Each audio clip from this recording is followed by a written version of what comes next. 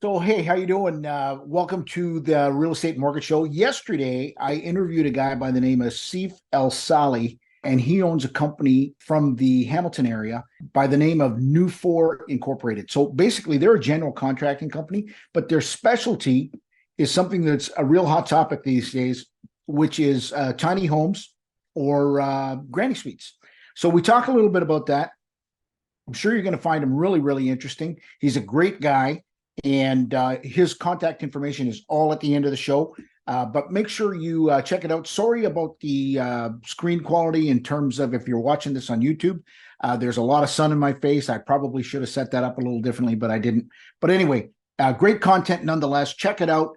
Seif El-Sahly and New4 Incorporated. Check him out, and here he is. Tell me a little bit more about what you got going on. Yeah, that's correct. So we're the main business is we're a general contracting company. We have Okay. residential and we have commercial. We've done a ton of investment properties, and then Yep. what seems to be the buzz today is this whole tiny home and Yep. garden suite conversions and all that kind of good stuff. So Yep. everybody wants to hear about that. And essentially, what you can do today is without any major rezoning or serious development charges, you can change any single family home into up to 4 units. Up to four And units. Yep. up to 4 units, yes, and that includes different building code requirements that you have to abide by. Yep. The more the units, the more of the building code requirements you have to abide by. So, for example, once you hit 4 units, you got to provide a parking space, for example. But up to Yep. three, which in my opinion is the sweet spot, you can maintain a lot of the existing. Okay. Okay. So with the three, what do you typically see when somebody adds three? Like I'll tell you what I see, maybe you and you'll probably see totally different. I usually see a basement suite getting added, and then either a granny suite or some sort of tiny home in behind. Is that what you're seeing? So you get two units in the Yes. house, one in the That's back? exactly it, because you Okay. don't you want to avoid the more you're over splitting it. Like if you put all 3 units in the home, which everything is possible, Yep. you're getting three lower quality units. Yep. That tiny home is like nothing out there. You cannot get a 5 to 800 square foot detached structure that's 1 or 2 bed. That simply does not exist. If you need that, and you're a young couple, for example, that's moving in or something, you're in a condo, but you're sharing Yep. a ton Yep. of walls. Your ceiling and both walls on both sides are shared. Everything's shared. The hallway is shared. So it's like it's not ideal. So there's nothing like this in the market, which is why I Yep. think it's a massive value add. And sooner or later, lenders are going to start recognizing that. And once they do, that's going to shoot the property values through the roof. Gotcha. So in saying that, are you saying that is there a challenge obviously from the lending community on this? Is that a Yeah, problem? you're not seeing Okay. the full lift on the appraisal. Well, number one, the appraisals are not even coming in at the full real value because they're giving cents on the dollar back on construction costs. But the Gotcha. construction cost is yielding so much income. So Yeah. Yeah. if you take this as a factor of income, these things should be worth probably 4 times what the lenders are saying or what the appraisers are saying it's going to be worth. And Gotcha. then even when you do get that value, you might get a bit of a pop, like a very small one. Some of the lenders are only going to use that. Other Yeah. lenders are going to completely discount it and say, no, I'm not giving value on the garden suite, for example. That's slowly changing. So more lenders are starting to understand that this is something that is a permanent income for a home. And I Yeah. think over time, as we get more comparables, this is going to be something permanent, just like a triplex or a walkout basement. You know what I mean? These have built up over the years, and because of their popularity, they're now permanently part of the price of the home. Gotcha. Okay. Now let me ask you a little bit of from a logistic perspective. When you're putting a tiny home on a property, I mean, I pretty much understand being able to run water and electricity out to it. What about sewage? Where do you tap in?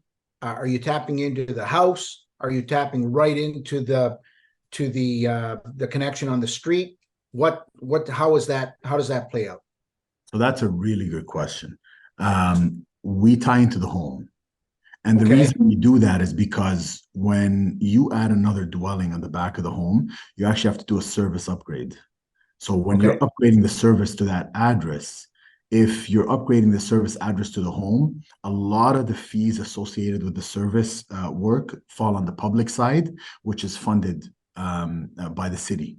So you end Gotcha. up paying a lot less for the service upgrade versus if you wanted to go straight to the city line, then all that work that they would typically do on the public side, you would be paying for out of pocket, and that includes you getting a city contractor doing curb cuts, so on and so forth. So you're talking this is a $20,000-$30,000 item versus a $3,000-$4,000 item. Gotcha. So Okay. that's why we say to tap into the home. Now, Gotcha. if there was any chance of a severance or something like that at Yeah. one point in time, then I would say it's worth it to tie into the street. Yeah. Yeah. But Yeah. this is definitely going to become part of the home, and I think it's going to stay like that as well. Just the way the municipalities are issuing the addresses and everything, it's an extension of the original address, and it's not like Yeah. a brand new address. So I don't think there's any intention for them to be severing this because that doesn't solve the housing crisis more. It just makes it a little bit more profitable. Well, quite a bit. Gotcha. Okay. So if you got, let's say what I'm sort of envisioning here is if you've got, let's say, a corner house and you put that tiny home on the backside and it's got frontage on the other street, Mhm. then you're almost better going the distance and connecting directly to the city line. I honestly I haven't had any that we've connected to the city line again because it doesn't fall under the city programs. So you'll end Yep. up paying for everything out of pocket. So the whole I project see. goes up by like, call it 30,000. It could be a Yeah. little bit Yeah. more too. So we haven't found those to be worth it because if you're doing a $120,000 renovation and building this whole thing up and then turning this tiny home into a separate address, who really wants to spend another 30 on top of it, 25% over budget Yeah. or over the original cost to just say that they're connected to the city line. If Gotcha. you can't Gotcha. sever, there's no Then benefit. there, yeah. If there's no point, yeah. If there's no possibility of severance, forget it. Yes. Gotcha. Okay. I totally get it. So now do different municipalities have different set of rules or standards that you have to abide by? Or is it Uh, or is it mandated provincially? this is provincial, Okay. and it's all about enforcing the building code. Now, different municipalities may enforce the building code differently, Okay. right? Because some may have, because the building code is not really it's not that clear when it comes to retrofit because something that's a retrofit structure in general is meet Yeah. or exceed, right? So Yeah. the cities are not doing that. They're not saying, "Oh, this is retrofit. This is like just like you doing a basement." No, they're holding it as if it was a new build, right? Yeah. So new Yeah. build, for example, very easy example. Anything new build you put and you're putting bat insulation, you're going to put R22 on the exterior walls. Yeah. R22 needs a 6-inch cavity, right? None Yeah. of these exterior walls are 6-inch. So what do you have to do? You have Yeah. to frame in front of it or reframe it Yeah. in order for you to be able to fit that. Now, a new build also is going to require rigid insulation under the concrete slab. Oh yes. How Okay. are you going to do that? Are you going to really dig up the whole thing? Yeah. No. So some Yeah. municipalities Spray just say, foam. just go above. Yeah. Yeah. You see what I mean? So it depends. Each municipality could take a requirement and choose to enforce it a little bit more than others. Gotcha. Gotcha. Okay. So who's your typical customer for this? Who are you running into? Is it older people that uh, want to leave their house with their kids and then they go to the granny suite, or is it first time home buyers looking for extra income? Like who are you encountering out there in terms of acquiring these types of properties? Right now, it's the forward thinking investors because this Okay. is really just at the start, like less than, call it for the sake of shooting a number out there, that 0 to 10% of people are actually doing this because it's so new. And that's usually Gotcha. what it takes as a proof of concept for other people to see and say, oh, okay, I want to jump into this. I do think Yeah. that in the future, though, the big play is going to be generational living. So I do think you're going to see parents, grandparents, thinking about stuff for their kids in the future because Yeah. they may not have home ownership. So I think this is very easily going to turn into something that is generational living. Gotcha. Yeah. Gotcha. But right Yeah. now, it's too early for them to be jumping in because, especially though, then if you have 3 different generations of a family, or at least 2 of them that the decision makers, they're much slower to make decisions, and also they're very risk averse. Sure. Sure. So they Gotcha. may not want to do that right now. Okay. And in terms of costs, like what do I mean? Obviously, it's gonna. I mean, it's almost like asking somebody what's the cost of a custom made suit or a custom made anything. Yeah. Like what kind of cost does somebody typically run for one of these projects, and how big is your typical project?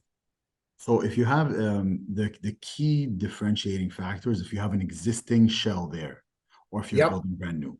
If you have an Okay. existing shell there and Like it's a in good garage or existing something like shape, that. exactly, yeah, and Yep. it's in Yep. good Yep. shape, it's not falling over, Yep. um, around 500 square feet, give or take, Yep. you're looking at 120,000. About 120 grand for Yeah, 500 feet with an yeah, existing with an structure on. existing, yes. Yep. Yep. Now, Yep. if you're building Okay. new, Yep. you're not going to build 500. You're going to build the maximum allowable because you get better bang for your buck as you go bigger. Yep. So you're probably Yep. going to build around 800, which is the Okay. maximum, Yep. and that'll cost you around 250. About 250,000. Yeah, Okay. Now, and then when you say you said the maximum of 800 is, so is that maximum a hard number, a hard 800, or is it a percentage of the footprint of the lot, or what what determines that? both. It's It both. Okay. 60%. Both. Okay. Yeah, but it's Okay. whichever is whichever one is I guess the lower one. So Gotcha. it's Gotcha. Yeah. So the either lesser of the two. Yeah. exactly. Gotcha. It's either 60% of the above grade square footage of the home Yep. up to a maximum of 800. Okay, guys. So it's 60%, is that what you said? Yeah, 60%. Yeah. Okay. Gotcha. Okay.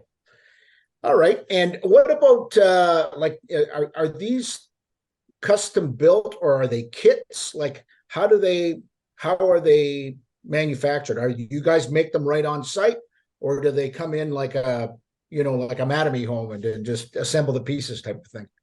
We haven't done any pre-assembled ones. We do have one Yep. building permit that's just about to get approved that we're going to do in shipping containers.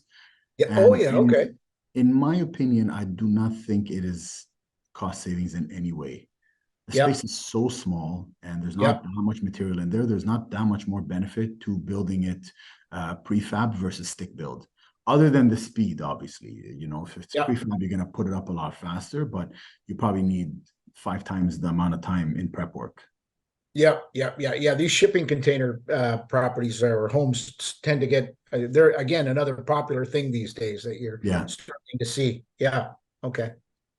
Okay. So what is there any kind of design restrictions? I guess there would be depending on the subdivision they go into. Would there be? The city is more concerned with because there's no rezoning allowed, Yep. or not, sorry, I shouldn't say allowed. I take that back. There's no Required. rezoning required. Yes. Yeah. There is no committee of adjustments or someone that's gonna say, nah, We don't come like in this. and say, I don't like Yeah. this. Yeah. You're not gonna get that. It's Gotcha. just them enforcing the building code requirements, which is a building department. It's in the building department's field. So Gotcha. Gotcha. very different from you going to a committee of adjustments, which is planning, and it's a lot more gray and wishy-washy, if you Yep. want to put that. Yep. Yep. Yep. For sure. Yeah. Yeah. I get that. I've been, unfortunately, I've been victim to that. Yeah, so you know what I'm All right. talking about. All right. So you're saying that the your customer, or what seems to be the trend right now, is the forward-thinking investor is what you're running into. So Absolutely. when these guys are doing this kind of thing, when they're going out, are they typically making have they already do they already own the property, or are they making an offer, say conditional on the, due diligence, and then bringing you in for sort of a price takeoff, or how does that deal typically flow for Yeah. you guys? So usually anybody that's call it forward-thinking investor is quite experienced. Yep. So they're already well aware of the price point. So if they walk Yep. through, they're like, okay, this home's a full gut. I'm putting 2 units. I'm probably spending 200 in the home, maybe 250. And then they look at the garage. I might be spending 100. I might be spending 120. They already know those numbers. So usually the investors that have to bring us in before the property even closes, we don't do that often, but it's usually Yeah. not as experienced because you have no idea what the numbers are. Because you should know on a high level, like this isn't $100,000 job. It's more like Yeah, 300 for sure. plus. Yep. So they will typically have already closed the property. They may Yep. already have started applying for the permits, Yep. but the ones that don't, we do that for them. Okay. All right. Now, with regards to the existing, where you're getting into something that has an existing structure, uh, is there like some sort of structural integrity analysis that needs to be done, or anything like that, or where? There's always structural concerns when you get into an old structure, Yeah. and I would say the majority of structural alterations get Yep. addressed in the field with the Yep. inspector. But Yep. if an inspector doesn't feel comfortable, because that's not their job, if an Yep. inspector doesn't feel comfortable, it's something more than like one or two or five notch joists. It's something a lot Yep. more, it's seriously leaning and the concrete's crumbling for some reason. Then he's going to say, no, no, get an engineer to weigh in. I need to see either a Yep. report or a drawing for the existing Gotcha. structure. So the inspector can always say, no, I deem this as not safe. Get an engineer to weigh in. Gotcha. Okay. And are the setbacks different than what they would be for like a shed or something like that? Uh, they're very similar for Okay. new structures. For new So structure. Okay, new gotcha. structures are going to have the exact same setbacks as Yeah, a new build home. gotcha. It's Okay. the ones where you get away with less than that as if it's existing. Yeah, I gotcha. And then that's probably where you got to get the committee of adjustments involved. No? Oh, really? Oh, okay, good. All right. Yeah. Well, there, I'm Because there's liking no this stuff. rezoning required. Gotcha. Okay. So yeah, that's making sense to me. Okay. And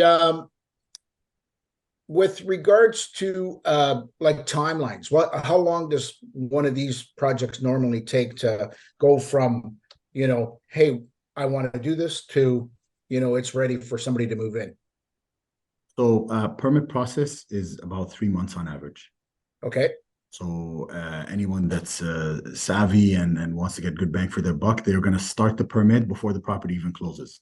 Yep. Okay. So And that'll you say save.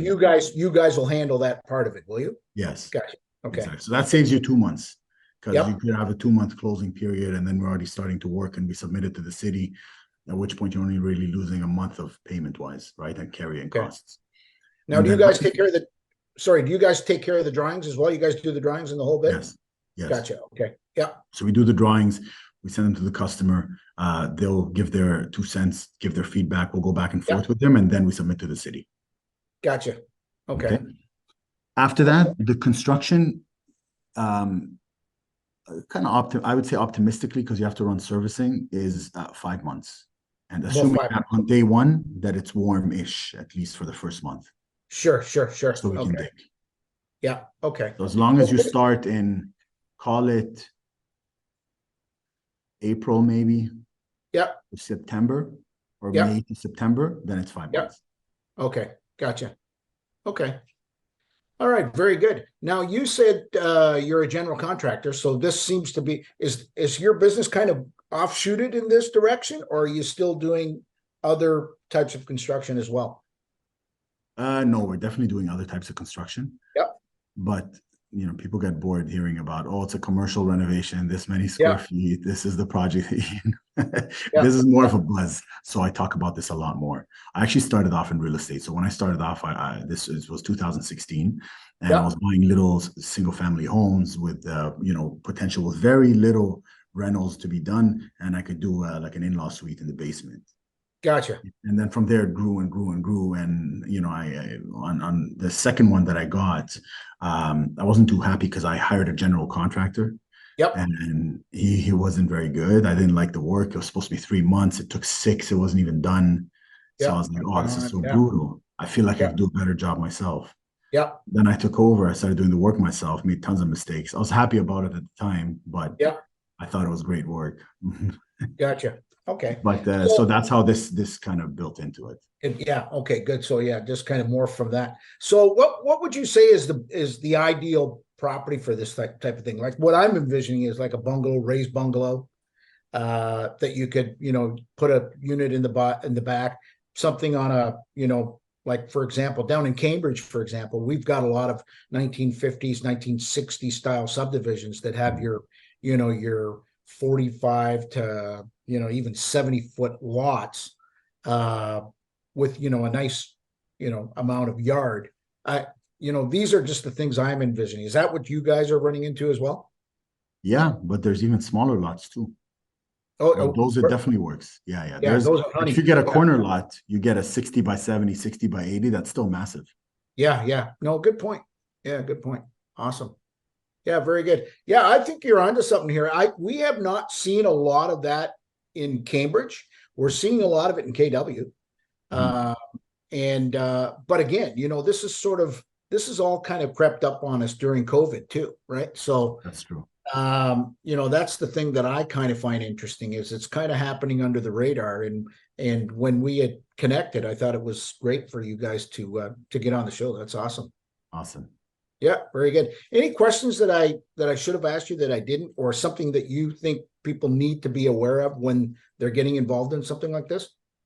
I think maybe focus a little bit less. Sometimes at this stage where this type of project is today, I think you got to focus more on the fundamentals and less on the little analytics and getting into the whole analysis paralysis, because sometimes it may look like the numbers are not working out. And from one very specific standpoint, I'm just talking about the appraisal. Like if your appraiser is only giving you 50, 60 cents on the dollar, this thing costs you Yeah, 120, you're only pulling back, 60 or gotcha. $70,000. You know what I mean? Then Yeah, the investor might think, oh, well, this is not really worth it. But if you focus on the fundamentals, there's a big shortage. You can buy these properties for about 700, put 250 into them.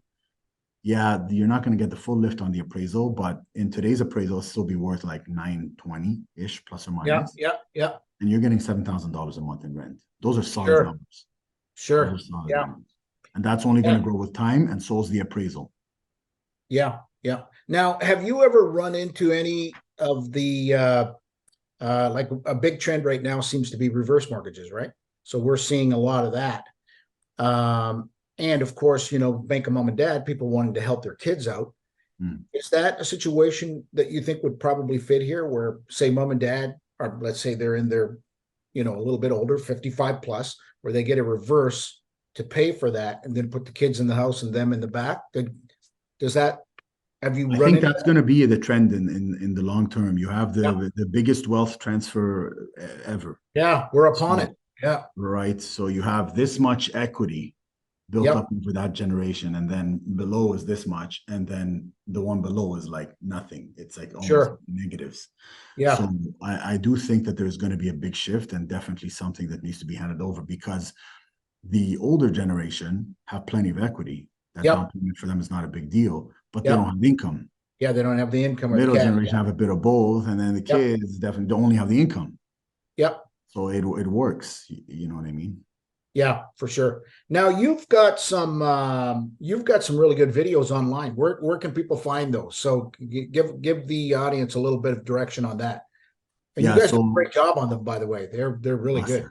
Yeah. Awesome. Thank you. So you can either Google us, it's just Newfore, Newfore, or you can go to our Instagram page. We're super active on there. It's Newfore Inc. Inc. Perfect. Okay. Awesome. Awesome. Well, thanks so much for your time. I appreciate it. Thank you, Walter. I think you definitely got a winner here. Awesome. All right. I'll let the lenders know. All right. You bet. Thanks. Have a good one. Thank you. You too. Bye-bye now. Bye.